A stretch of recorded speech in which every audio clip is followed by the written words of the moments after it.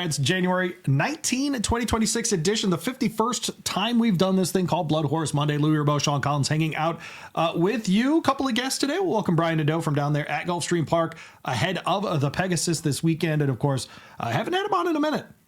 A weird stretch of time for us not to have Frank Angst on the show. We'll talk to him. So many guests recently. Stop asking to be on the show, people. No, I'm kidding, of course. But no, we'll talk with Frank. Couple of interesting.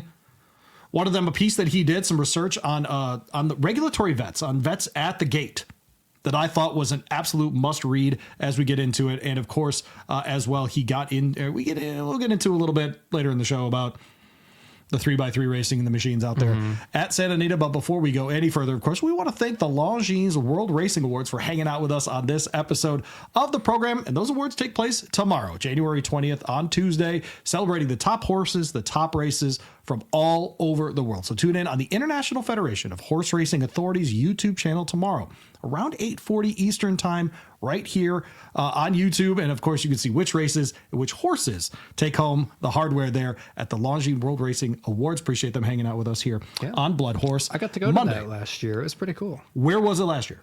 In London. Okay. Same place. So, but no, that was a really cool trip. Getting out there and getting to talk to world traveler Sean Collins. Yes, and I'm sitting here with my kids. I'm home today that was the start of my world traveling right there. That was the first time I left North America, actually. Is that right? Yeah. How many tracks did you build into that trip? 5. There it is. I am probably the You're lone. Welcome, You're welcome. I'm probably the lone person to have ever attended 5 different racetracks in England and never seen a turf race.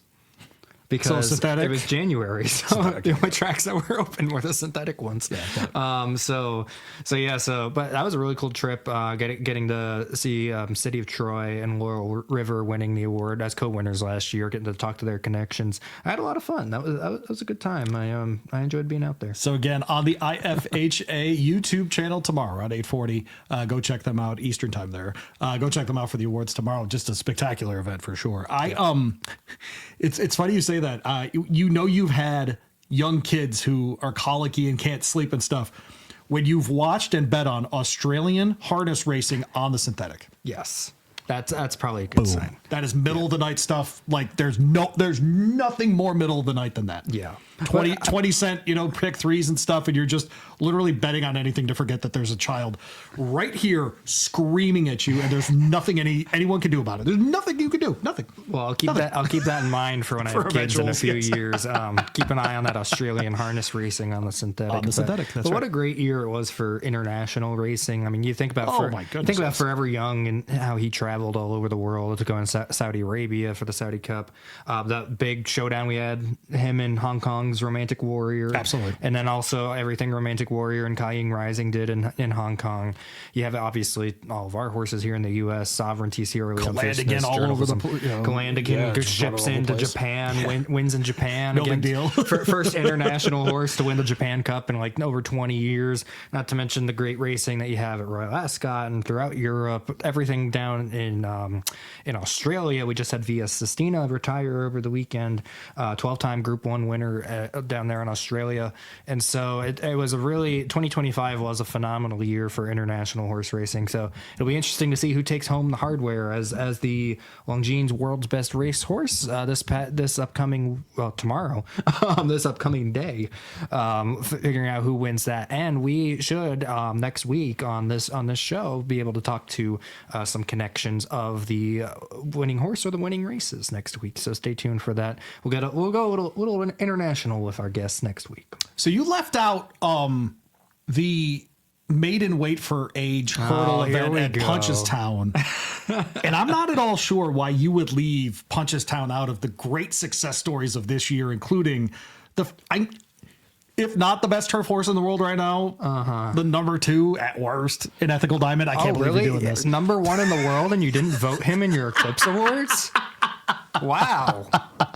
That joke was for Jeremy Ballard. I hope you're doing well wherever you are, Jeremy. It is pretty incredible that he won the Breeders' Cup, and that it's pretty incredible. Yeah, and that you're touting him as the greatest horse of all time. Now that don't vote him for the Eclipse Awards. I'm looking at Equibase. Fake fan, huh? I'm looking at Equibase and I'm thinking, wow, Good job by me to actually bet that horse. Like, good job by me. Coming out of 2 handicaps. This just doesn't add up to what I made the case for. So there you go. All right. We'll talk with Brian in a minute here. We did have a couple of Derby preps over the weekend. One of them for points and one of them for getting ready for the next race. The one for points, of course, was in New Orleans. It's called the Lecomte. It's one of those races, frankly, that we look for Derby starters from. This is the kind of, we're in the Louisiana. We're deep into it. We're here. at the point where it's 20 points to the winner now instead of 10. Also this part. And so it really does feel like, I remember a couple years ago, I was, we're getting up on Sam F. Davis Day here in Tampa. And I was talking with Jason Beam, the Sam. And the Sam Day, is that what are we just going to call everything the Sam? It's just the Sam. So it's not a day, it's just the Sam? Yeah. I'm going to Tampa Bay Downs for the Sam. That's what you would say. You know what? I agree. That's exactly what we need. Jason Beam, who calls the races instead of calling it the Sam, and we can't call it the Davis, so let's just call it the A. The Sam A, or the F, right? The F. It would be F. He's not Sam A. Davis. Excuse me. Who is Sam A. Davis? I just forgot a part of a stakes race on the Kentucky Derby Trail. That's not good for me. All right. I'm not having a good day. Is Sammy Davis's middle name like Antonio or something, and I just don't know it? Or I guess we Antoine can't call it the F. Anthony? We'll have to stick with the Sam. Artemis? Never mind. Golden Tempo wins last to first. Do you know what the F first. stands for? Fitzgerald. Franklin. Francis. No, I'm going to have to look it up. No, you look it up. I'm going to keep guessing. I'll leave those 3. Those are my 3 guesses. No, keep guessing. Just keep throwing out names. Francisco. Oh, man. You're not going to find it. What an incredible waste of everyone's time. Good old Sam F. Davis. Do you know what Sam F. Davis did? It just says in honor of Sam F. Davis. If anybody out there knows what the F in Sam F. Davis's name stands for, comment it in our comments on either BloodHorse's YouTube channel or Spotify channel. Please let us know, and we will hopefully have the answer by the time we get to the Sam. By the way, I want to clarify, Sammy Davis Jr.'s middle name is George. Okay. Because you said Sam A. Davis, and I thought maybe Sammy Davis was Sam A. Davis, but no, he's Sammy George looking Davis. at who you pulled up, that's definitely someone I've never heard of. You don't know for the Rat Pack? You don't know Sammy Davis, dude? No. Why are you shocked? I don't understand most references unless it's horse racing. Have you? Do you know the name Frank Sinatra? Yes. That's his dude. Really? That's his dude. Interesting. Did not know that. Come on, bro. You act like I know more about Frank Sinatra than Frank Sinatra, 3 of the Dean songs Martin, that he wrote. him. I know Frank Sinatra from New York, New York, and I Did It My Way, or that song. And that's probably the only Frank Sinatra I know are those 2 songs. So if it hasn't been played at Aqueduct, I don't know it. My name's Sean Collins. Oh, that's the good stuff. Cherie DeVaux, top 2 in the Lecomte. Mm-hmm. I wanted to share this because it was not something that I thought of or went to at all. I've interviewed Cherie in the past. She sounds like all of her mentors, by the way, interview-wise, I should say. Top 2 in the race. I got a text this morning on my show, on my radio show. And someone said, so awesome what happened in the Lecomte. I hope we get a female trainer that wins the Derby this year. Okay. Not something I had thought about before that moment. But it is a telling time in racing that Linda Rice last year in New York, Brittany Russell in Maryland. We're talking about Cherie DeVaux. Frankly, we had Kevin on last week. Jenna Antonucci wins the Belmont, of course. Yep. But we talk about, he talked about, what about Cherie's horses? She's always pointing well. Mm-hmm. And I think we're just at a point where, I don't know. I don't think about those things. I just know that those 4 people are good trainers, right? And it's that kind of thing. Trainer. But it is an interesting angle. And it just wasn't one that I thought about. But here we are. Between the 2, which one do you think is more likely to be a Derby star? Oh, that's a good question. Because look, here's part of the issue: is it is one thing to be Golden Tempo and to be last to make the rally against this field. Yeah, it is a very different thing to do that in the Kentucky Derby, to be of the quality of a Sovereignty or whatever it might be that requires you to go from last to first. And frankly, even he wasn't last in that field. Okay, now you also get Mesquite in here. And I think it was stuck very wide on the very wide in this race. They are not necessarily clearly the best in this race because Carson Street, who was right behind them, was right there as well. But between those 2 of the Cherie DeVaux trainees, which one would you take? I think I would take Mesquite at this point. I'm kind of even on them. Okay. Really. I'm going to need see them again to really separate them, because I do think Mesquite got the bad end of the trip with having to go wide versus Jose Ortiz. Great ride on Golden Tempo, is able to keep himself inside and find the spot that opened for him down there. So the two of them look kind of even for me at the moment in time. If you remember back a few weeks ago after the Gunrunner Stakes, I said I wasn't very impressed with Chip Honcho in that race. I didn't really like the way that the horses in that race finished. I did like seeing when Carson Street. First off, shout out to Carson Street for that great run that he had and almost holding on there. Yeah. But it was in the middle of the stretch, I was having that same feeling that I had in the Gunrunner. Like it just looks like none of the horses that are down on this fairgrounds trail right now are really finishing the job in these prep races. But then Golden Tempo and Mesquite ended up kicking into gear, and they came and got them. So I feel a little bit better about that road right now. I think we're going to get a real test in the Risen Star. I believe Paladin is pointing that way. Think back to Sierra Leone a few years ago where he came in and just Brooks said something very similar. Very similar route. Yep. And so Brooks Smith, by the way, owner of Paladin, Sierra Leone's ownership. We talked with him a couple weeks ago. But it looks like they're still pointing that way. So I think that'll be a true test. I'm still even with these two getting up there, as you said, coming from behind in the Lecomte is much different than coming from behind in the Kentucky Derby. No doubt about it. I'm not sure how confident I feel really in anything in Louisiana right now, to be honest. That's fair. And at least of this group, right? Yeah, of the group we've seen so far. Right. I'm sure, Brad, Brendan, everybody, Cherie might even have more. Like they're gonna unveil some of these top guys coming up here. But I mean, if you're Cherie, I'd feel great coming out of this race. I mean, you have two horses that you can't really separate at this point, especially in this group. The Derby, you got two shots. Correct. So right. Because frankly, even if let's say Golden Tempo runs into Paladin, Paladin's on fire, wins the race, Golden Tempo won second, you're sitting on 45 Derby points. Yeah. And then you're sitting on 45 you can take Mesquite somewhere else then at that point too. Right. And you could split them up. You can get the points that way and see. But so I'm a little reserved at the moment in what's going on in Louisiana as far as the Derby Trail is concerned. I haven't particularly really liked either the Gunrunner or the Lecomte Stakes, but we'll see. I'm sure the winner's going to come out of this, and you can quote me in a couple months of saying that the races were bad and the Kentucky Derby top three all come out of the Lecomte or something. But I'll back you up on this. I think a horse that ran at Turfway this weekend will have more points than either of Cherie's horses that were in the top two in the Lecomte by the time we get to Derby Day. Interesting. I will back you up on that. Yes, but I don't want to discount. Obviously it would be great to have Cherie in the Derby field. She's been one of these. She's knocking on the door of this level. She's been one of these top trainers, and she just hasn't had that 3-year-old dirt horse Correct. yet. And it looks like she's got two real good shots at that now, and she's going to be a name that you think about. She's from the Chad Brown training tree. You think he's in the race every single year. She's going to become one of these trainers that's going to be in the Derby probably every single year here coming up soon. Every year we see Todd Pletcher, Bob Baffert, Chad Brown, Bill Mott, Brad Cox.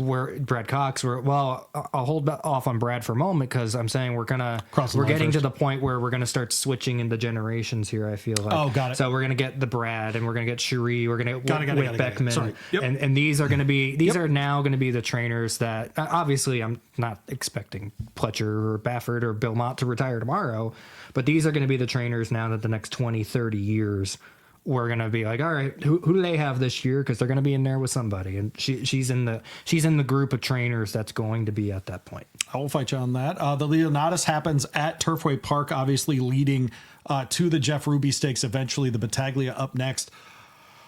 This one was interesting. I previewed this one on my on the Kentucky Racing Spotlight on Friday, and I said there's two horses in this race to watch, and they went first and second. And good job. The other part that's interesting though is both of them had never started on synthetic; they'd only been on turf. Okay, and we get one coming out of the Breeders' Cup where Three Beast ran great.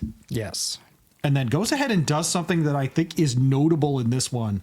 And that's get the lead, keep the lead, and never even think about giving it up. The lead was not the place to be at Turfway on Saturday. Correct. Okay. And so you get that horse coming in here, and then you get full effort. Running second, Vincent Cheminot rides, grade 1 winner, by the way, at Keeneland riding. And another horse that had never been on the synthetic. I think it was very obvious with this one, and this is where I wanted to go with this. I think Street Beast is good enough to stay at Turfway and win the Ruby and qualify for the Kentucky Derby. I think there's no question there. I think if you ask Ben Colebrook, he would probably say we're looking at the American Turf and not at the Derby. I did ask Ben Colebrook, as a matter of fact. I was up at Turfway on Saturday, and he essentially said that I asked him about, the plan. He said the plan was going into this race, skip the Battaglia and go to the Jeff Ruby.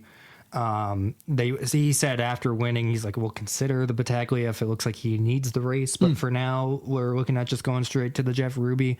And then he also said, is the horse going to stay at Turfway? Yeah. Okay. Yeah. Ben's staying up here for the winter, so he'll have him here at Turfway. See, that part's really interesting to me, because if the horse is working at Turfway, but go ahead and finish your story. But if the horse is working at Turfway, this sets up a different dynamic for this horse's career, especially as a 3-year-old. Yes, but I asked him the question. Obviously, Jeff Ruby comes with Derby qualifying points. That's going to be part of it. I said, is that something you think you could do? He gave the answer that all trainers have to give, like, well, we'll meet with the owners and we'll decide if that ends up happening. But he did say he envisions the long-term career path for this horse being synthetic and turf, sticking to those surfaces. Sure. So the American Turf obviously is a great option. The Jeff Ruby is a great lead into that. Of course, we say that every year, and then the Jeff Ruby ends up running in the Derby. I mean, it's a big boy race too. I mean, like. Yeah. But you run it for $1 million in the Breeders' Cup, then you run for $777 in the Jeff Ruby. I mean, crepes the money. So we'll see whether or not he's going to actually be a Derby horse or not. Whether they would give him the shot. It seems like that at least right now they're thinking sticking toward turf and sticking toward the synthetic. I would imagine turf all year and then just synthetic in the wintertime at Turfway would probably be their goal. But depending on what Belmont ends up offering on the synthetic out there. But I think we all assume we know what's going to happen with the synthetic stuff, and I think none of us have a darned idea. Yep. And I think it's going to be way bigger than any of us are ready for, and I think we just need to get ready for it and stop complaining about synthetic. Yep. I think it's coming. Here's the other part. I think one of the top 2 horses in this race, or both, will run in the Kentucky Derby. Mm-hmm. I think Full Effort is a very interesting one here. Hear me out. If you go back and watch this race, this horse did not have great footing coming out of the gate. Nope. And it took a while at the start for this one to really get the surface underneath. I don't know if that says a darn thing, but I do expect the horse to get better in the next race and get better at this when you lose by less than 0.2 seconds in a race in which you essentially couldn't get out of the gate. To me, that sets you up very well moving forward. Now, Vincent Cheminot rides. This is a Brad Cox trainee. Now, is it Liam's Map and Awesome Again on the breeding here? Am I remembering correctly for Full Effort? Yes. Okay. Liam's Map out of an Awesome Again mare. Okay. Call me the squeeze. That largely says turf, but it says distance, does it not? It does. Okay. So that's the part that I think is very interesting. Does ownership eventually, if this one gets there at St. Elias, want to go to the Derby? If St. Elias, they're going to want to go to the Derby. So that's why I think Full Effort here. And Starlight Racing. And Starlight too. Yeah. What I think that they see this as their way to qualify for the Kentucky Derby is on the synthetic. And I think they're right. I want to be clear. I think they're right. I mean, right now, if you're a Street Beast or you're Full Effort, I mean, I would say coming out of the Leonatus this weekend, you guys are the clear top 2 in the 3-year-old group that's at Turfway right now. No doubt about it. And so, I mean, why not just coast through the series, get the points there? Why leave? Worry about the dirt later. I totally agree with you. And frankly, if you're Street Beast, get the check in the Ruby and then go to the American Turf if that's the future you want. Yeah. If American you don't want to risk $1 million in a grade 1, that's because you know Street Beast reminds me of endlessly. Yeah, and I was really high on Street Beast going into the Breeders' Cup as well. I loved his win at Kentucky Downs. He won 2 races at Kentucky Downs. We talked about that with She's So Spicy last week. He was one of those horses that won one race and then came back a week later, won another race, and it was a stakes race. And so he is, and then he had that month off. He came back, ran very well in the Breeders' Cup against a top European horse in Gstaad. Was 4th in that race, ran his best equibase speed figure in that race. And by the way, the second place finisher in that race is a California-based horse named Stark Contrast. He came back to win. Won a stake race the next out. So that Breeders' Cup juvenile turf field is very strong. Yes. He was all parts of it comes back immediately, wins the Turfway. He's a serious horse. And he's a Kentucky-based horse with the Breeders' Cup coming up at Keeneland. I mean, I don't know if he's going to end up being, a 3-year-old taking on older in the Breeders' Cup turf at the end of the year, the mile or something at the end of the year. But I mean, he's in the right spot. So if you think that, I mean, this Turfway series is a good setup for him to kind of just stay local, get some more experience under his belt, kind of keep building his physical, and then pop up on whether it be the Kentucky Derby or the American Turf. If it is the American Turf, pop up in that race when it comes time, and then just move forward from there on the grass. Go to those big options in New York, come back to Kentucky Downs, and see what you got in Keeneland.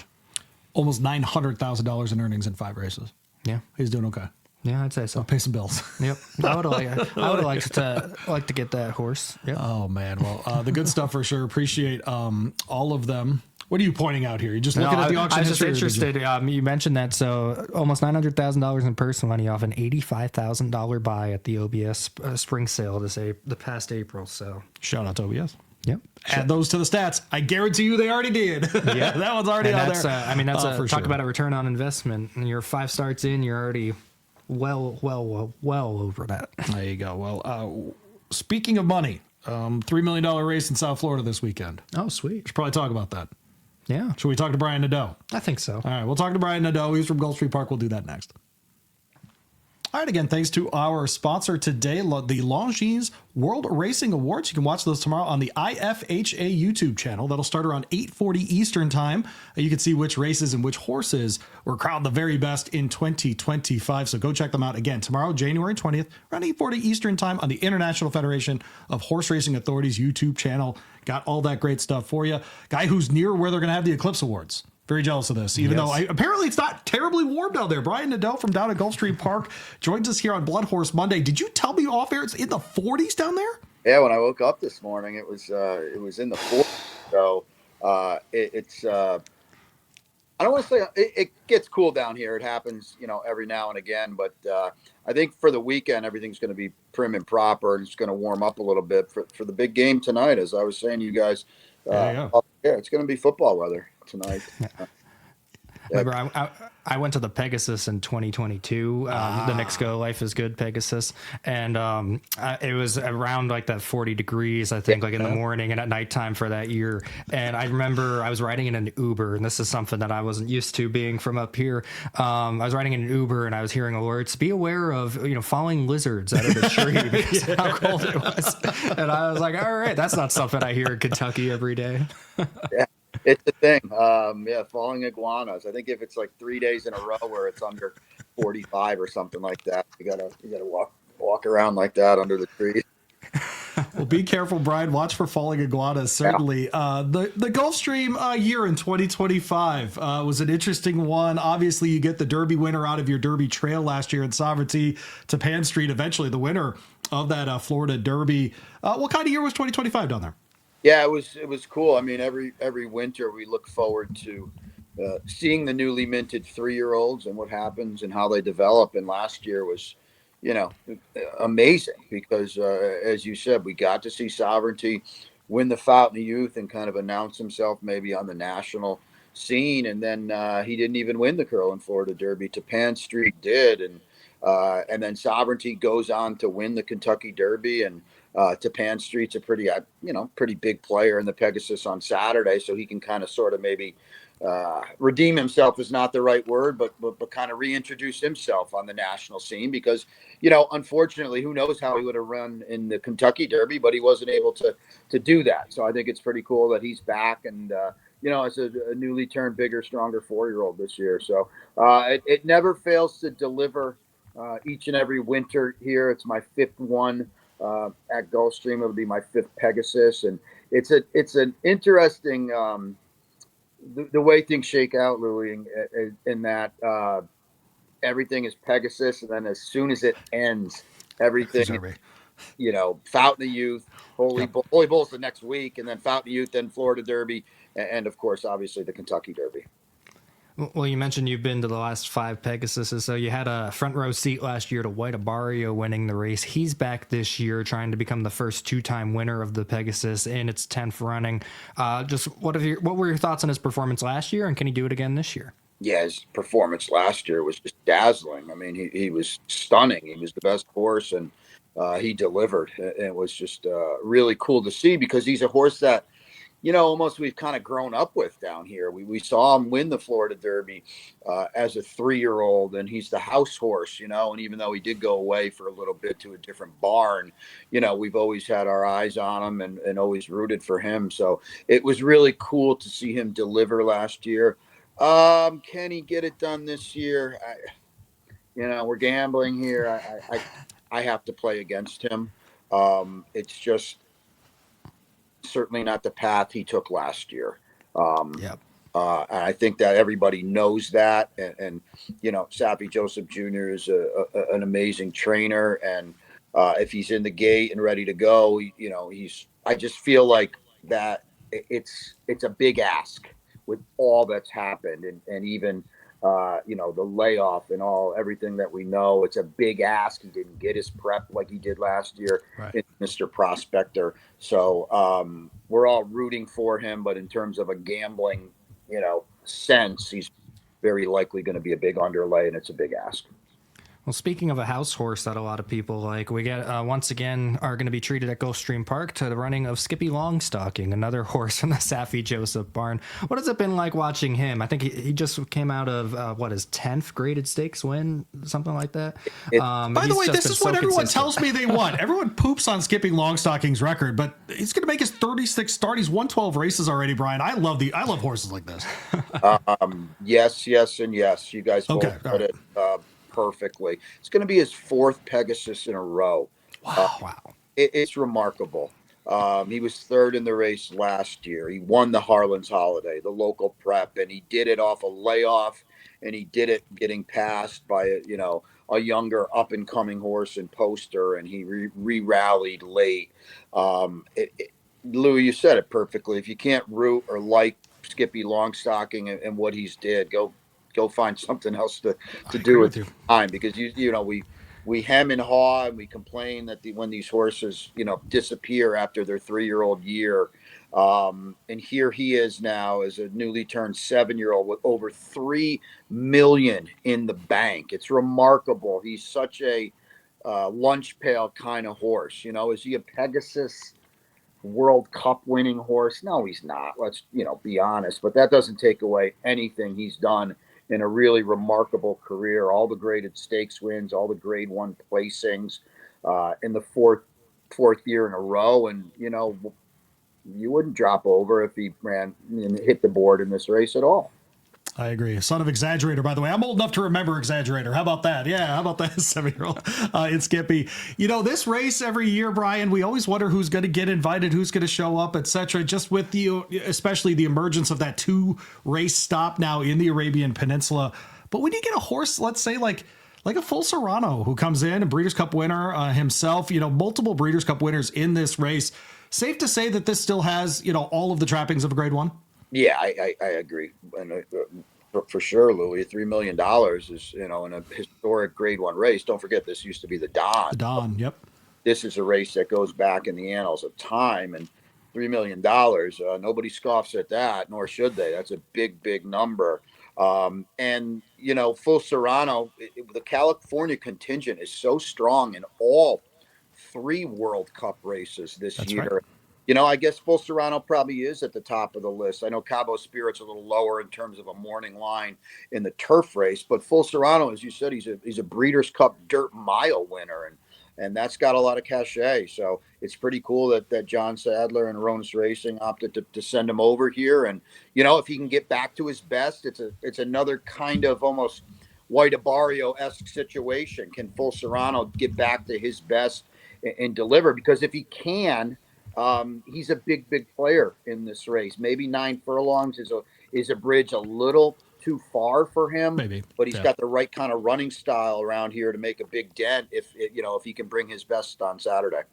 We're talking with Brian Nadeau from down there at Gulfstream Park, a set of 4-year-olds, newly aged, newly made 4-year-olds, if you will, in this race, including the pair of Brad Cox runners, but also horses like Poster or Captain Cook in this spot.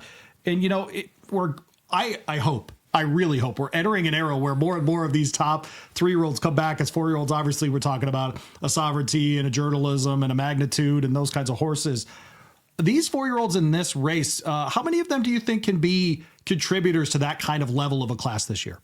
You know, it's an interesting question, and it's almost an exact, it's the perfect question for this year's Pegasus, because I think in the past, we've had the Knicks Go, the Air Gates to start, the Gun Runners, okay, City of Light, the Knicks Go, Life is Good. Those were already superstar horses. And we do have White Abario this year.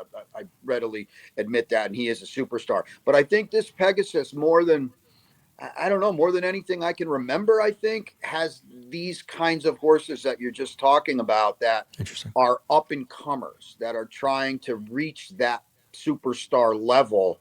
And, you know, Disco Time might well be there, and he's absolutely at the top of that newly turned 4-year-old list. But as you said, Poster for, you know, Godolphin with a huge pedigree, and Tapan Street, the Florida Derby winner, and Captain Cook, who fired such a big shot, first time Fletcher in the Jerkin. So these are all horses that are trying to get there. Is it Saturday?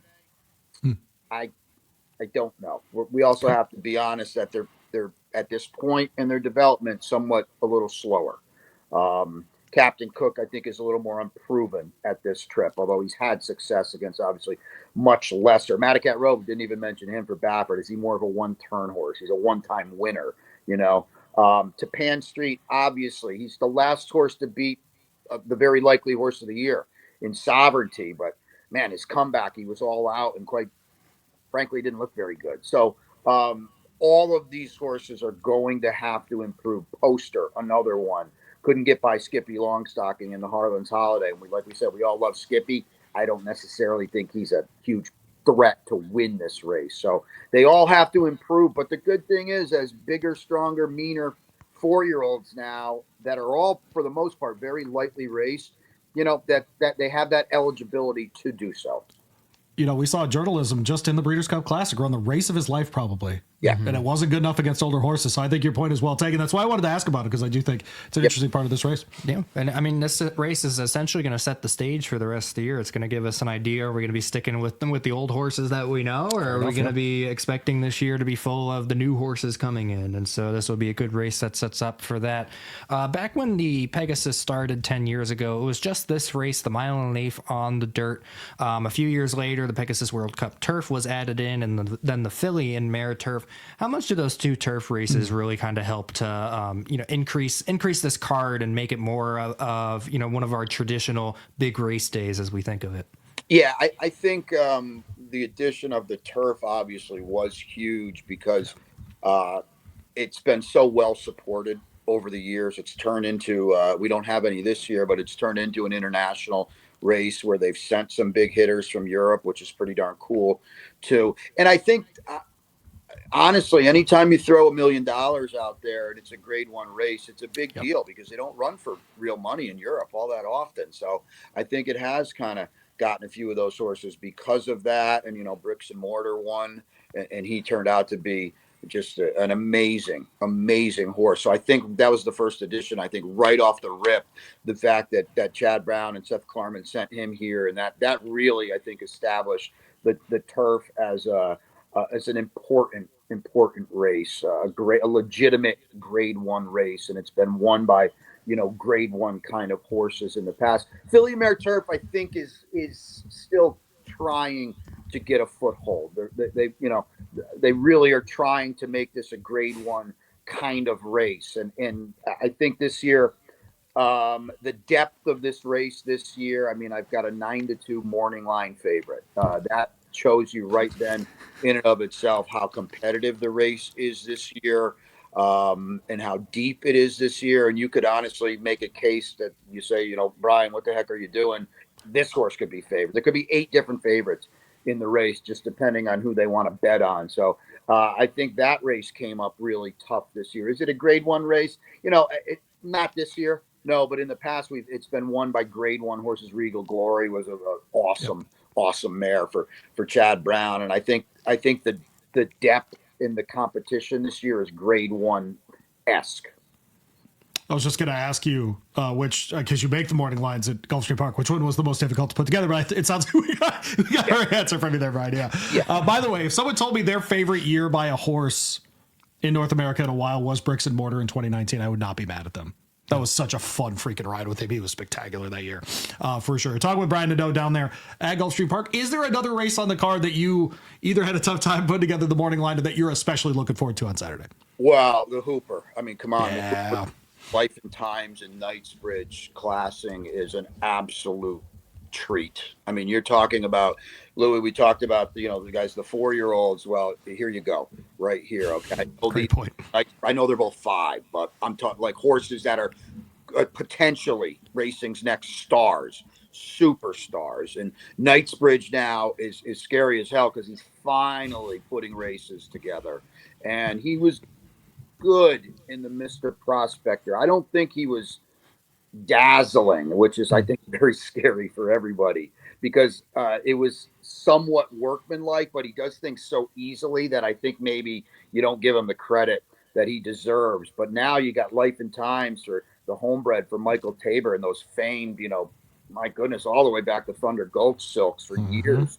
Those orange and blue silks. I love them. And Todd Pletcher, and you've got a gelded son of Justify, who didn't even debut till November of his 4-year-old campaign. I mean, that's wild. And here he comes in with, 12 and a half lengths combined in his 2 races with, very fast figures. You want to talk about an acid test. He's now on the rail with Knightsbridge, staring him down to the outside. And I can't wait to see the showdown because that is a real treat at a mile and at a Gulfstream Park 1-turn mile, a lot like you might see at a Belmont Park or Churchill Downs. You are flat to the board. So that's a throwdown race and 2:41 in the PM on Saturday. I think a lot of fans are going to be watching that race. You got 2 horses. I haven't done the line yet, but you probably got 2 horses that are probably going to be 6 and 7 and 5. It's, there's going to be gambling races on Saturday. This is not necessarily one of them.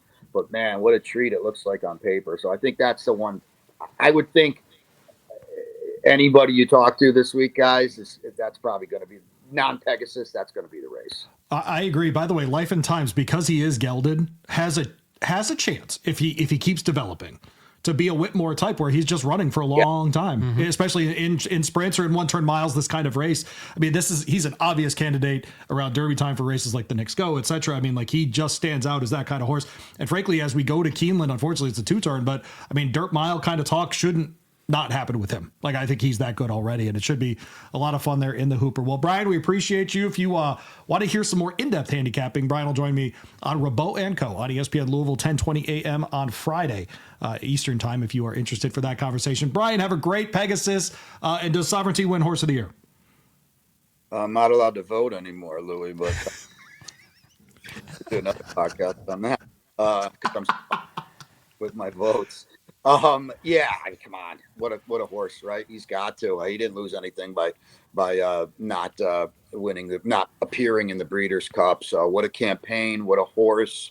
And just quickly, I mean, how about so cool that he's coming back at 4, No doubt. We're not going to here, but that's not the point. It's just kudos to the connections for bringing him back. Because as you guys hinted at, and I wholeheartedly agree with, that's what we need in this sport. So that's great. All right, Brian, appreciate you. Talk to you Friday, friend, and have a great week down there. Yep, you too. I appreciate it, guys. Always. Thank you. No problem. There you go. Brian Nadeau. By the way, we need to check on Saffy. It's in the 40s? I mean, my man's got that Barbadian thing. I don't know. I'm worried about him. I don't know. You're not worried about Saffy? Go ahead and give him a call. I mean, I'm worried about Saffy. Just, you got a man bun like that. You can't have it be in the 40s. That's not how it works. That's not how this works. I'm worried about Saffy.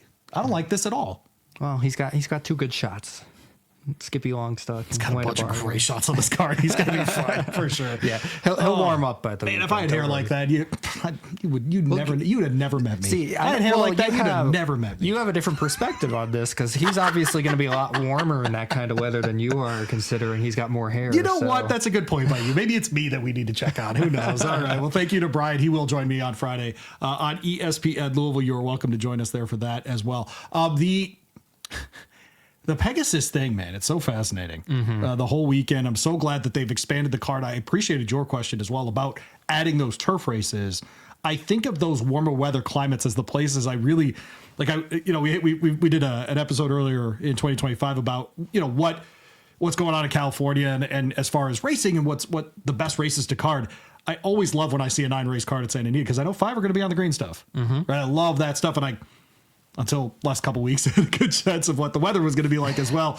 And so having, this level of turf racing in January at Gulfstream Park, I think is absolutely a necessity. Yeah. So it's nice to see those races. It gives them options. I mean, you hear all the time, trainers talking about, we don't, like if we have a turf horse that's up here, we don't usually have a lot of options for them once the winter comes around. So you're almost forced into a couple month layoff. But if your horse is doing well and you're somebody who's going to go down south and you have a top level horse, this is probably one of your few opportunities to really get them another run here until it's springtime. At that grade 1 level, at least on this side of the country, you'll have a couple opportunities out in California. But yeah, it keeps horses in training, keeps them going, and it looks like 2 more very fantastic races on the grass this weekend. Yeah, no doubt about it. There's a turf sprint, by the way, in the middle of this card, the Gulfstream Park Turf Sprint. That's a creative name. A creative name. Race 7. It's part of no important part of the sequence, but in it is an absurd number of great turf sprinters. Everything from Coppola to Cadem is in this thing. Cadem is still here. Litigation is running. Eamon is in this race. Encanto's in here. So Swiss Summer. Full Disclosure's in here. My boy Prince. Sam the Shams on the also eligibles, and he just won at Gulfstream Park. No, that's a fun field, dude. I'm excited for Saturday. I think it's gonna be a lot of fun. We just talked with Rich Mendez, and she's so spicy this past weekend, and how they're going out to the Middle East because there's not really many top level options for him here. I mean, this is a 175,000 listed, but it's listed. Right. And so you see where, some of these turf horses, they kind of get squeezed out during the winter time of not having the big spots. But I feel like this race is one, if you could keep getting this going over the next couple of years, this is a race that you could see maybe increase in stature. Maybe we'd call that the Pegasus World Cup turf sprint at some point down the line. But I like seeing Cadem in this spot. He's, won the grade. Won the grade 2 at Keeneland. He won the grade, was third in the turf sprint at behind She's So Spicy and AG Bullet. Yep. In the British Cup, excuse me. Yeah. And then he went out to Hong Kong, didn't run too well there. I mean, he got to run against Kaiying Rising. He went to Shot 10. Yeah. They shipped that horse to Shot 10, man. But he's back. I'm glad to see him back. No, I agree with you. Talk about little options in the U.S. There's nothing in Europe for you right now. Oh, yeah. So, and Egan gets the ride there. He's on fire right now at Gulfstream Park, so that's an interesting one. The whole card's going to be a ton of fun for sure. All right, it's time to talk to our editor. Speaking of South Florida, time to get jealous. Let's talk to Frank Angst. All right, continuing along with this version of BloodHorse Monday, 51st edition. Don't forget how to talk now. Oh, man. Get into that later on, but we are presented by the Longines World Racing Awards. Longines World Racing Awards are tomorrow, Tuesday, January 20th. They celebrate the best horses, the best races from around the planet, and you can tune in on the International Federation of Horse Racing Authorities YouTube page tomorrow morning, about 8:30, 8:40 a.m. Eastern time, to see which horses and which races are crowned the best of 2025. Again, thank you to our friends over at the Longines World Racing Awards. Looking forward to seeing those tomorrow morning.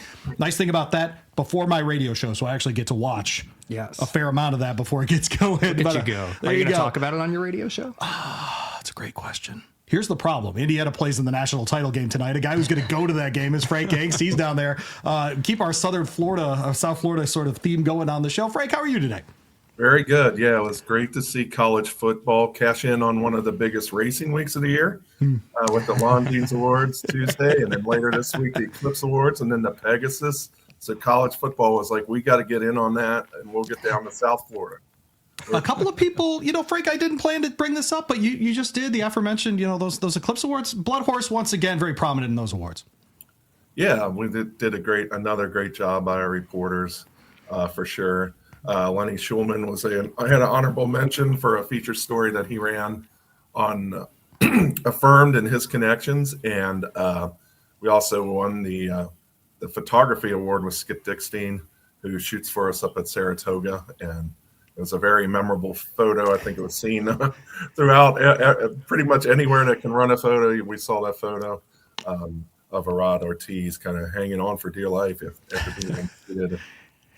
We had a couple of really wild stretch moments this year. That was certainly at the gate and at the beginning of the race. But boy, journalism gave us plenty of those as well. But Frank Angst with us from BloodHorse, BloodHorse.com. Frank, I wanted to have you back on because you did a piece that I really was so thankful that you did, because I feel like so much of the talk in horse racing is about people's personal experiences, the things that they feel like they see and observe rather than actually running the numbers. You went ahead and did a piece on regulatory vets and protecting horses at the gate. What was the inspiration for this, and what did you end up finding? Yeah, I definitely have to credit Jeff Blay a little bit to begin with. He's the equine medical director out in California. And he was just wondering how their regulatory vets were doing. And he thought a good way of measuring that is to see how long some of these horses are out after a vet scratch. So a regulatory vet scratch, I should say. This is a scratch where they've evaluated the horse, and for whatever reason, they just don't think it's the best day for that horse to run, whether it be on soundness or some other issue. So he looked at that and noted that quite a few of those horses take a long time to come back. And he thought that very much indicated that their vets had prevented what could have been a situation of concern. I mean, not all of these horses would have broke down, but it certainly was enough there to say, let's wait and let's get this horse right on a better day. So he presented those numbers late last year to the CHRB, and then he went over them again and as it's Scott Cheney, the executive director of the CHRB, ahead of Breeders' Cup. So with that, we kind of looked at the overall numbers in the country. So oddly enough, California doesn't specify between scratches. They don't. So California, they had their own numbers, but there are 3 states now that they note it when it's a regulatory scratch, and some even go beyond that and say regulatory scratch on soundness, things like that. And those would be Kentucky, New York, and Delaware. So with those numbers, we just ran them and just looked at what they pointed to. Yeah, it's interesting. You mentioned New York, you mentioned Kentucky, Delaware, obviously running these numbers, and we're talking with Frank Angst. Find all of his stuff at bloodhorse.com. Setting these kinds of numbers aside, for us moving forward in a sport where we're very much and should be really spotlighting safety, something that I think are doing better now than we have at any point in history in the sport. Do you find it important to note separately, hey, this was a vet scratch?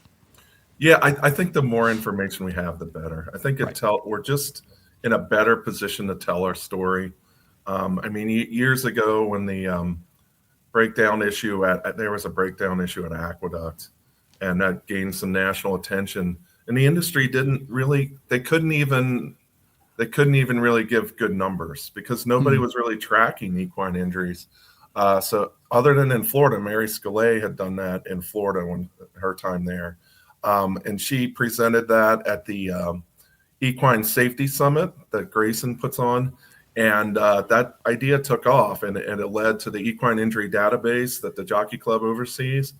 So now we know if we're doing better or worse. And the good news is for years upon years now, it's been getting better and better, the safety numbers. So that's really encouraging. And one of the things that has been put in place is a more thorough evaluation of these horses by regulatory vets. That's a good thing to have because they're neutral, right? You know, that they're looking over these horses and making a decision. I don't want to go into all the numbers of the article because I'm sure I'll get some of them wrong, but the number that stuck with me is 25% of the horses that were reg vet scratches under the study, they hadn't returned within a year. So that would seem to indicate that they had some problem before the race, and it was probably the right decision. Obviously, every case is going to be its own. You know, there were probably some horses that were healthy that were scratched, quite frankly. But we've seen the other end of it, of how damaging it is to the sport when a horse breaks down. So there has to be that balance, and it has to fall on the side of safety. I heard from an owner who said, you know, we had a vet scratch from a stakes this year, and ultimately I was glad that the horse was scratched because I guess they just learned more about it, and it was the right decision. And she liked having that final layer there. And I heard from several others that thought that this study indicated that the vets are doing an important job did hear from one trainer who said he feels like he's run into a situation where a vet has made up their mind about a horse and is just never going to quite approve that horse. So there are things that fall on the other. There's concerns on both sides of it. I don't deny that, and maybe there should be an appeals process of some kind. But the point of running this story, and it was an analysis of it. Really, it was just looking at these regulatory vets are doing an important job when you look at the raw numbers. By the way, Frank looked through 18 months of data from July 1st. 12 months of data, from July 1st. Yeah, we gave an extra 6 months just to see if any of those horses came, which some of them did come back. So that gave us it gave us time to look at it. And like if a horse was scratched the last week of the last week of the study, they still had 6 months to come back. So that's why we did it that way. Yeah. No, I'm not questioning the methodology whatsoever. And so what I'm saying is less than 7% of all the scratches during that time were actually vet scratches.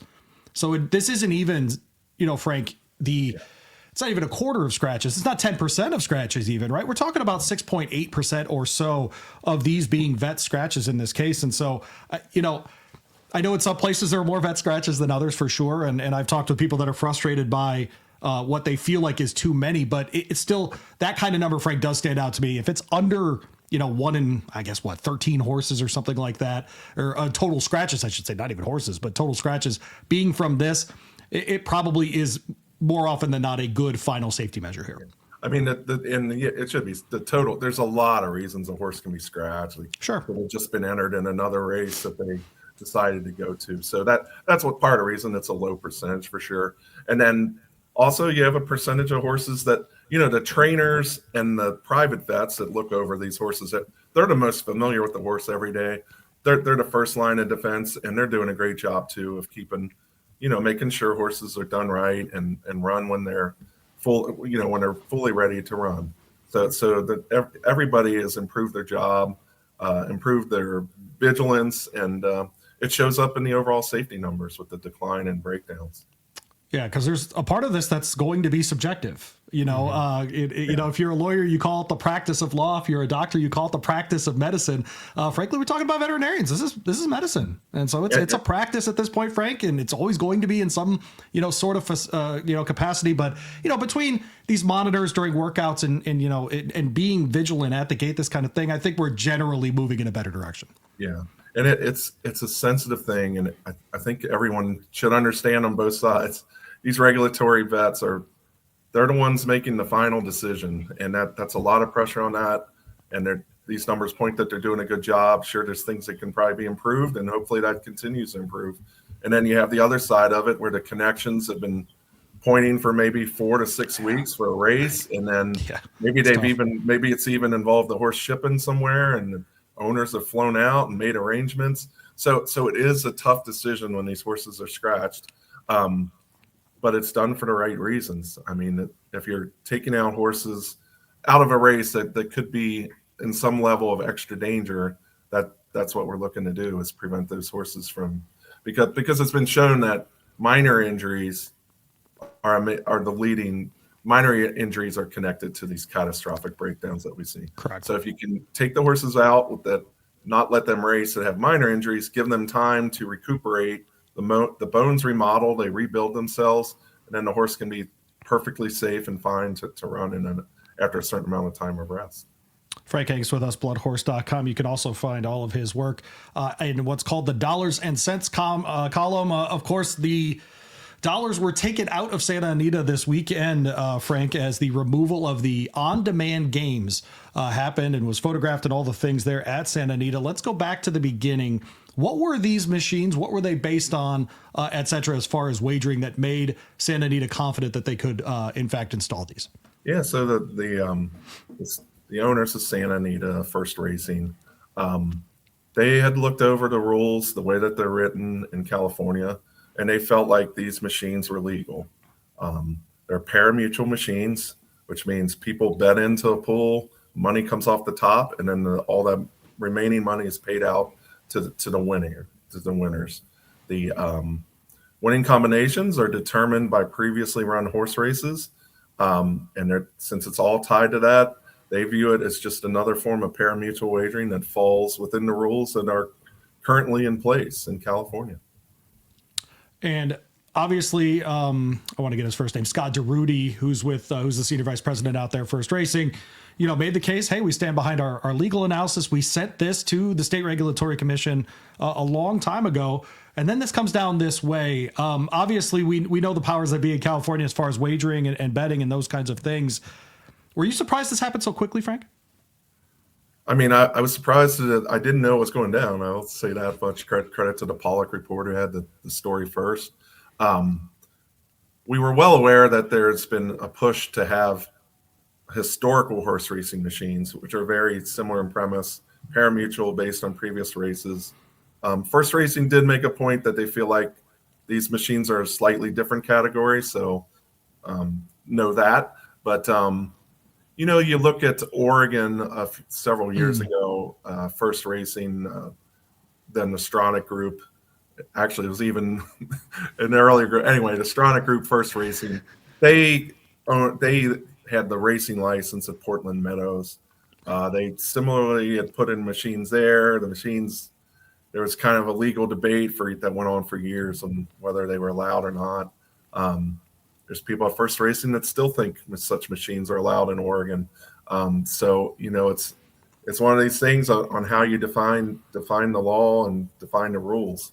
In Kentucky, you had a Kentucky Horse Racing Commission that looked at it and said historical racing is within pari-mutuel wagering, and it was approved.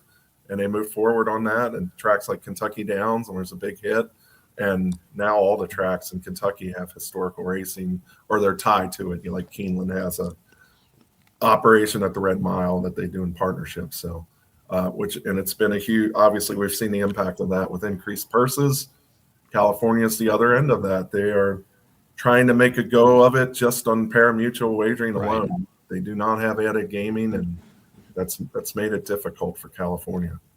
Yeah, no, they definitely need another revenue stream in this era of horse racing. And so I'm certain they were hoping this would at least offer some kind of other avenue for folks to wager there at the track. But to no avail, at least for now. Should be interesting to watch this one moving forward. In Kentucky, Frank, some of these places got shut down as well, and it had to go to the Supreme Court. And then they had to rewrite the law altogether. And so, maybe they're in that kind of cycle in California as well. Yeah, I don't know about the shutdown part. If you're sure of that, that's fine. No, but what did happen is there was a court case that went on and on and on. And then what finally happened, and then it went to the Supreme Court. Right. And the Supreme Court said, we would really like lawmakers to step in and say, what is the bottom line on these? And Damon Thayer and others helped lead a charge to get it specifically said that these are allowed, these are pari-mutuel wagering, and that placated the Supreme Court, and everybody was good. And now Kentucky is where it's at. Yeah, probably going to have to be a similar route there in California if they're going to have success with these. It at least appears for now. Well, thank you, Frank. Enjoy the game tonight. Go Hoosiers, thanks. I'm sure, and all the things. And have a nice time in South Florida. Thanks, Louie. Thanks, Sean. There you go. Frank Angst. Joining us here from BloodHorse.com, our fearless editor on this thing. Mm-hmm. There you go. It was jarring to see those guys in those jackets with hauling machines out. Yes, I know, and this all happened so quickly that if you're tuning in to listening to us on a weekly basis, you didn't hear anything about it all last year. Because great point by you. They came out. The machines came out on Thursday, and by Saturday they were getting taken out of the racetrack. So things happened very quickly there. But I mean, we talked about it with Damon Thayer last week, and Frank just mentioned him. How much that's really improved racing in Kentucky. I mean, we've been talking about it on this show nonstop about the purses in Kentucky, how everybody's kind of gauging themselves based off of what's going on in this state that you and I are currently sitting in right now, and it's really helped to generate the higher purses, and it's really helped to generate then better competition in our races. Even just on when you go out a normal Wednesday at Churchill Downs or Ellis Park or wherever you're going Turfway right now. Turfway last Wednesday had 7 fields of 12 and 1 field of 9. Yes, and that's because of the historical racing machine. So It's very obviously, simple. you know, a state like California that doesn't have any of those extra sources of wagering really needs something like that in order to stay competitive. We've seen Golden Gate shut down last year. We have seen the Northern California tracks struggling to try to get something, the county fair tracks trying to get something going up there. And it hasn't worked out, and a lot of that is because of that. There's a lot of, you know, a lot of the law there is kind of set up because of all the tribal gaming in the area. Correct. Yep. That's why a place like California is struggling to get any kind of extra gaming, whether it be historical racing machines, slots, the machines that they put out this past week. That's why there's been a struggle, is because a lot of that the tribal influence on the gaming side of things. And I don't even think they have sports wagering. They in do not have California, sports right? wagering in California. So you know, that's what they're up against out there. And so they In other words, if you want to know how strong the lobby is out there, DraftKings hasn't gotten through. yeah, FanDuel on the sports side has not gotten through. yep, And it is a very stagnant wagering situation in California, and unfortunately horse racing is part of the stagnation. Yes. It just is. But the benefit of this, you know, they took the shot. Obviously, I can't imagine that they were surprised that, you know, law enforcement was then on top of it within just a few days. That's partly why they did not go and announce it publicly that they were putting them in until they were already in. Would be my guess. And so it'll be interesting to see how this comes out, whether or not they can make the proper pitch. I believe they had alerted the CHRB ahead of time. I think you mentioned that. Yeah. It's all public record. Yeah, so it's all been talked about with the right people. So now I guess we're going to enter the legal side of this and see whether or not they can get the same kind of thing to happen. Like I wonder if Kentucky that's the motivation here, just to get litigation started. Yep. Just to get it started. Force the issue almost. Make you have to talk about it instead of it just being theoretical for us to talk about at some point. You and I were at Monmouth last summer. Mm-hmm. It took Dennis Drayson 9 times before they got to the Supreme Court and sports betting was legal in this country. 9 times he had to file. Okay. Do you think of California as any easier to get through than the federal government? No. I don't. Okay. All right. Yeah. So obviously, I think sometimes you have to upset the apple cart to at least talk about the apple cart. Exactly. Yes. And I think that's where they're at. And honestly, I mean, for those who have not read this story yet, essentially what you were doing is you had 3 races, 3 old races, none of them from the state of California. So that way, you know, people that go to the track every single day aren't like, oh, I remember this race, Right. so I know which horses are going to run well here. It would honestly be like Rui Doso Downs 1948. Yeah. Is one of the races. Yes. And not kidding. Yes, So right. it would be 3 races. You'd essentially pick 3 horses from those 3 races that would finish in the trifecta. So essentially, you've got 9 shots to get 3 horses in the top 3, and that's how you'd win the bet, I believe. And then I think if you ended up getting more than that, I think you won more. If I read our stories on BloodHorse.com that Byron King did last week, because they'll have the exact details. I'm going off of memory on that one. The game sounded interesting. It sounded fun. I might have checked those out when I was there. But that's kind of By the way, Rui idea that Doso they was have. built in the 40s. Eat it. How about that? Look at Yeah, that. a little knowledge. I might have gotten the order on going to the Supreme Court and then shutting down HHR in this state wrong, but Rui Doso, what's up? Yeah, how about that?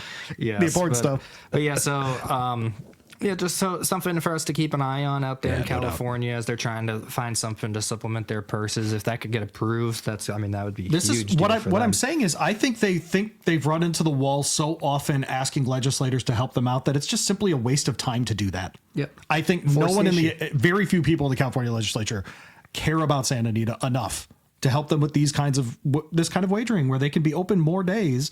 More people working, by the way. Ding, ding, ding, ding, ding. More people working. Somebody's got to be there to run the snack bar. Somebody's got to be there to make sure the machines are running. Somebody's got to be there to let people in and park them and do everything else. Yeah.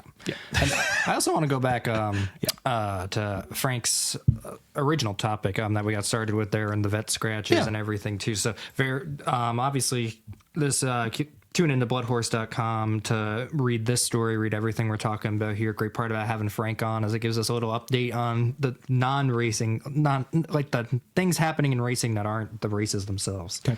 And so this study that he did with the vet scratches is definitely needed one. I've always said being a regulatory vet is kind of like the thankless job. The thankless job. Because you're either getting screamed at because you scratched a horse that people think shouldn't have been scratched, or you're getting screamed at because you didn't scratch a horse that ended up having an injury. Practice of medicine. I wasn't kidding when I brought up that point. Yes. And so to actually have some data now that's showing, there is a positive to a lot of the things that they're doing. I mean, think back to the Breeders' Cup and the discussions that we've had when White Barrio was scratched at the gate, how much that brought added attention to the issue. No doubt about it. When Mystic Dan was scratched the day before, when all sorts of these scratches. Well, Frank made the examples of 3, traveling out of state. I'm like, 3 at the Breeders' Cup.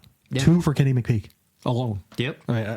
But so it's been a constant debate back and forth of, the connection saying the horse was fine and the vet's scratching them anyway. Now we can actually see some kind of data. There's something to now point at to be like, well, look at this where this number of horses. Are there going to be horses scratched that could have ran without issue? Yes. Are there going to be horses missed that should have been scratched? Yes. But we're trying to limit how much that happens. And there's some actual data now, some actual proof now that it looks like quite a few of these scratches have helped the horse's long-term health because they haven't come back to the races afterwards for a long period of time afterwards. That's a sign that there was something wrong. There's been times before where, I've had a trainer tell me, we're ready to run. The horse was scratched by the vet.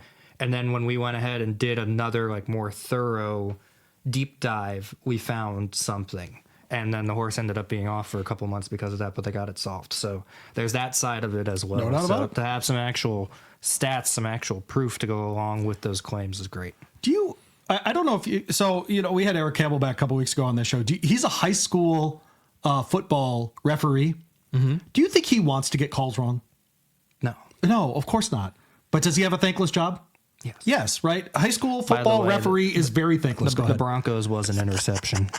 Of course. No, but this is the point. But what I'm getting at is those thankless jobs, especially the veterinarian side of it, we need to be doing these studies. Yep. We need to know if you're doing a good job or not. And by the way, I would like to think that the veterinarians agree with what I just said. We need to do the studies and know if they're doing a good job or not, because they need to adjust what they're doing if they're doing a bad job, or if they're doing a good job. How do we make it that you're doing an even better job? And think about being one of those vets. You only ever hear the complaints. You never hear the positives. Yes. So to actually read I am making a difference. Doing a good job. That's right. Yes. With these horses, yes. That's definitely a good thing as well. All right, Pegasus this weekend, my friend. Mm-hmm. Can I be negative for a second? Potentially. Okay. You and I voted on Eclipse Awards. Eclipse Awards will happen this week. Did you vote for a horse that won one of the Pegasus races? Because I don't think I did. No, I'm trying to remember who won the Filly Mare Turf last year. Nope. I didn't have any of them included. Now, is it time of year, or is it who's running, or is it that, if you had a good 2025, now's what you're shooting for, is this race rather than starting your 26 campaign kind of thing? I think it's a lot to do with timing. I think it's a lot to do with timing. A lot to do with timing. And so maybe it's not the negative. How about the original idea with the timing, I believe, came from, it was the goal of trying to catch the horses that were on the upswing coming out of the Breeders' Cup, that were pointing towards the Middle East, while also keeping the horses that were going to retire post Breeders' Cup around for one more race before the breeding season. And it worked for a couple of years. Debuted with the $12 million purse. That first year, you got the Arrogate versus California Chrome, which it was the exact thing that I just said. Arrogate was on the upswing, preparing to go to the Middle East. And I think it was the Saudi Cup wasn't around yet at that time, but it was preparing to go to the Dubai World Cup. Yep. And California Chrome was going to do his one last goodbye before retiring off to the breeder's shed. So you had that kind of idea. You even think just a couple of years ago, same thing with Life is Good and Knicks Go in 2022. Knicks Go was about to retire. Life is Good was on the upswing coming out of the Breeders' Cup into that year. It seems like maybe the Saudi Cup has gone into this a little bit, maybe stealing some horses where horses are now sitting out and waiting. I mean, right now, we're 3 weeks away or 4 weeks away from the Saudi Cup. So it would be very difficult to run this race. It's a quick turnaround now. Right. No, it would be very difficult. It's a reasonable thing to say. Yeah, but so that plays a little bit into it, where you're going to point for the $20 million race instead of the $3 million race, I think. But then now with the purse being $3 million instead of $12 million, it's not keeping the fierceness of the Sierra Leone from retiring when they did. They're not sticking around for one more race and then going to retire. So it's kind of in that interesting spot. Now that being said, it's still a great field. It's going to be a very competitive race. I think it's a great race. But Japan Street wins. Does it set up a trio of 4-year-olds or maybe 5 4-year-olds or something that we're just way excited about? Japan Street, I think if he adds himself to that list, sovereignty, journalism, I think the magnitude. I think the best thing from an interest perspective in racing, I'm not saying necessarily like I'm rooting for him to win or like, you know, being like, oh, we need to hand him the race or anything. Japan Street. But I think Japan Street winning just because he is the only horse that's beaten Sovereignty over the last year. And he obviously missed the Triple Crown. I think from the interest of racing, throwing him back in, seeing him come out on top in a field like this. I mean, maybe Disco Time too. He was hurt and missed the Triple Crown as well. Is he 5? But, no, he's 4. He's 4 too. Yeah. That's right. Okay. Yeah. But the fact that Japan Street did beat Sovereignty as a 3-year-old, and we can get in all sorts of debates on why I still think Sovereignty was the best horse in that race specifically. And there was a reason I think Sovereignty still came out as a heavier favorite in the Derby than Japan Street was before he scratched. But it would create the interesting talking points. No doubt about it. He's back. He's winning dominantly. Let's see. You can tell me a horse was the best, but one of them won. His name was Japan Street, and that's what it's about, right? So but at the end of the day, build up the rematch. For that, for sure. Always want to remind you about the magazine, so go ahead. We'll put that up on screen. If you are watching on either with us on Spotify or on YouTube, you can check out the QR code at the bottom of the home screen. And if you're just listening, go ahead and head to bloodhorse.com. Check out the magazine tab at the top of the home page. You can get signed up for that, and of course have the Stallion Registry sent to your house as well. All the great photos and all of the great things going on with our friends over there at the magazine. You can also sign up for the daily. Blood Horse Daily comes to your email every single morning. No cost to you. Get your day started with all of the good news from Blood Horse and bloodhorse.com. For Sean, I'm Louie. Can I run 9 furlongs in under 2 minutes? Find out next week. The Blood Horse is dedicated to the improvement of thoroughbred breeding and racing for over 100 years. Don't forget to like, subscribe, and save Blood Horse Monday on all your platforms. For the latest news, analysis, and insights, visit us at bloodhorse.com. Thanks for listening, and we'll see you next week.